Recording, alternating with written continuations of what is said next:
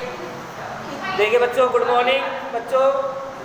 आप देखते हैं अपने क्लास 12th आर्ट्स के अंदर सब्जेक्ट ज्योग्राफी चैप्टर 2 और वीडियो आएगा फर्स्ट आपका। और अपने लेसन का नाम है भारत में जनसंख्या संरचना। जनसंख्या संरचना से क्या तात्पर्य है, ऐसा प्रश्न आ सकता है। जनसंख्या संरचना के अंतर्गत किसका अध्ययन होता है, ऐसा प्रश्न आता है। जनसंख्या संरचना के संदर्भ में अभिप्राय स्पष्ट कीजिए, इस प्रकार का प्रश्न आता है। ये प्रश्न 100% आता है आपके पास में और आएगा 1 नंबर का आएगा। अब देखिए जनसंख्या संरचना में किसका अध्ययन होता है, इस बात को जानने के लिए अपने बात समझ लें कि जनसंख्या संरचना होती क्या है।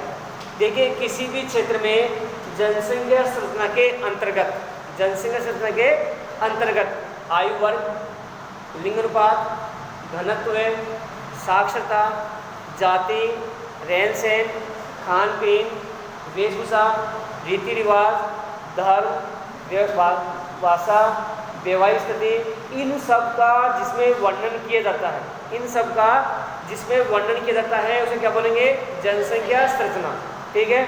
अब ये प्रश्न कैसे भी आया आपको, ये 15 जो पॉइंट मैंने बोले हैं, 10 पॉइंट बोले हैं, इन सब का नाम लिखना है और नीचे लिख देना है इन सब का अध्ययन जिसमें करते हैं उसे जनसंख्या संरचना के नाम से जाना जाता है। ठीक है। कभी कभी देखो क्या आता है, लिंग अनुपात, साक्षरता, घनत्व, जाति, धर्म, रहन सहन का अध्ययन किसके अंतर्गत किया जाता है, तो क्या लिखोगे, जनसंख्या संरचना अंतर्गत। आंसर ही बन जाएगा आपका।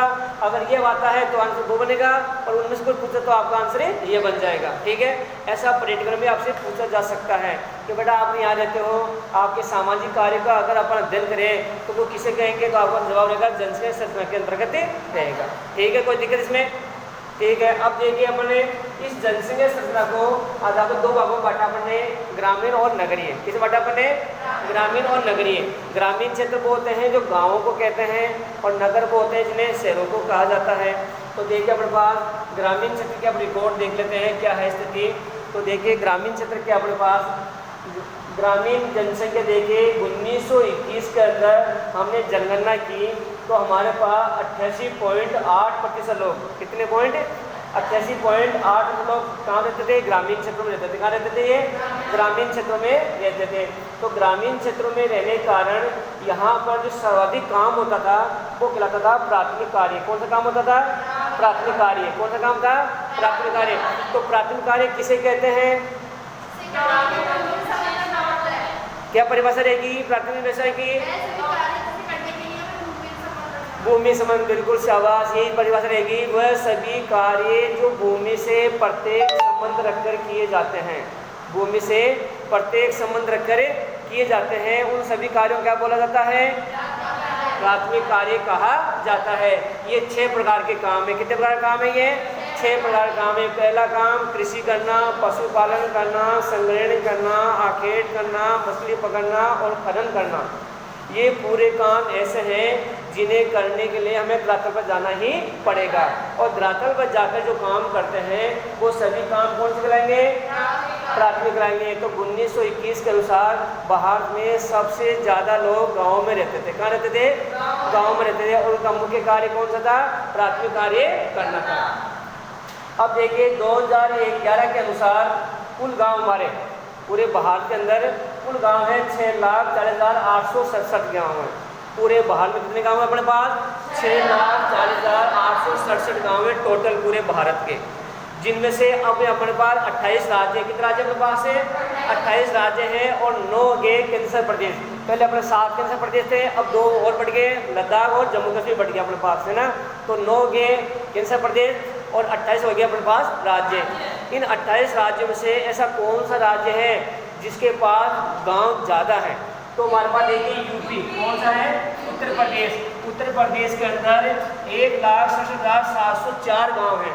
1,67,704 गांव अपने पास है, किसके पास, यूपी के पास।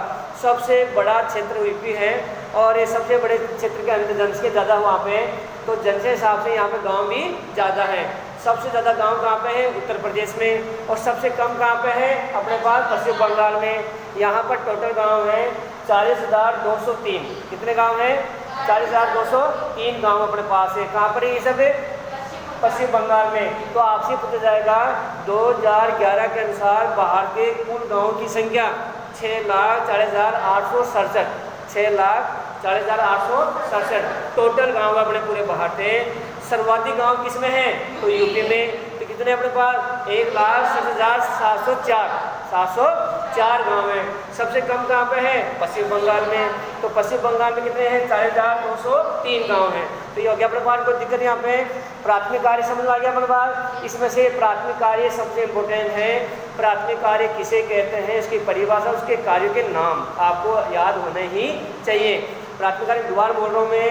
प्राथमिक कार्य उसे कहते हैं वह सभी कार्य जो भूमि से प्रत्येक संबंध रखकर किए जाते हैं, उन्हें प्राथमिक कार्य के नाम से जाना जाता है। ठीक है, इन्हें प्राथमिक कार्य कहते हैं। 6 प्रकार के। कितने प्रकार के अपने पास? 6 प्रकार के। पहला कृषि करना, पशुपालन करना, खनन करना, संग्रहण करना, आखेट करना, मत्स्य पालन करना। ये 6 के 6 काम ऐसे हैं जो धरातल पर जाना ही पड़ेगा। ठीक है, अब देखिए अपने पास दूसरा अपने पास है। इससे पहले अपन ये पढ़ेंगे। इसमें देखिए नगरीय जनसंख्या। कौन सा अपने पास? नगरीय जनसंख्या है। तो नगरीय जनसंख्या के कारण देखिए अपने पास 1981 में जनगणना हुई हमारी। तब हमारे पास नगरों में जनसंख्या थी 3 नगरों में। जो नगर थे अपने पास, टोटल नगर पूरे भारत में, वो नगरों की संख्या अपने पास 3,243 नगर थे टोटल। कितने नगर थे अपने पास? 3,243 नगर थे टोटल नगर पूरे भारत के अंदर। और यहाँ इन नगरों के अंदर 3,943 नगरों के अंदर हमारे पास 19.50 करोड़ जनसंख्या निवास करती थी। यानी जो बड़े नगर थे ना, उनके पास, उनके अंदर हमारे पास जनसंख्या थी 19.50 करोड़ जनसंख्या वहाँ पर निवास करती थी। फिर अपने पास जनगणना हुई अपने पास है। तो नगरीय जनसंख्या अपने पास है वो हो गई अपने पास 23.4% रही। कितने अपने पास? 23.4% जनसंख्या रही। ठीक है, इसके नीचे इसको सामने देते हैं। तो टोटल जो जनसंख्या है वो टोटल जनसंख्या 23.4% से नगरों में निवास करती है। कहाँ निवास करती है? नगरों में। नगरों में निवास करती है। ये जनसंख्या की पूरा प्रतिशत कितने करोड़? टोटल जनसंख्या रहती है इसके अंदर करोड़ जनसंख्या। कितनी जनसंख्या? अब कितना प्रतिशत भारत की जनसंख्या का? भारतीय जनसंख्या प्रतिशत इसमें है। तो ये जनसंख्या वृद्धि दर कहलाएगी। अगर जनसंख्या कितने लिखते हैं अपन? प्रतिशत लिखते हैं तो क्या कहलाएगी? जनसंख्या वृद्धि दर। और कुल जनसंख्या लिखने को क्या कहलाएगी? जनसंख्या वृद्धि। क्या कहलाएगी? तो समझ में ये बात अपने पास। ये टोटल जनसंख्या का 23% 23.4% जनसंख्या नगरों में निवास करती थी। कब? इस हिसाब से 1981 के हिसाब से। ठीक है, अब आ जाए अपने पास। देखते हैं 2011 के अनुसार बाहर में नगर बढ़ गए और नगर हो गए 7,935। अब नगर वर्तमान के अंदर हमारे पास नगर कितने हैं? 7,935 नगर है। पहले कितने थे अपने 81 में?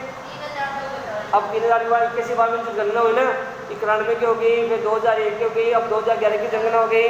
तो 2011 के बाद में हमारे पास नगर हो गए 7,935।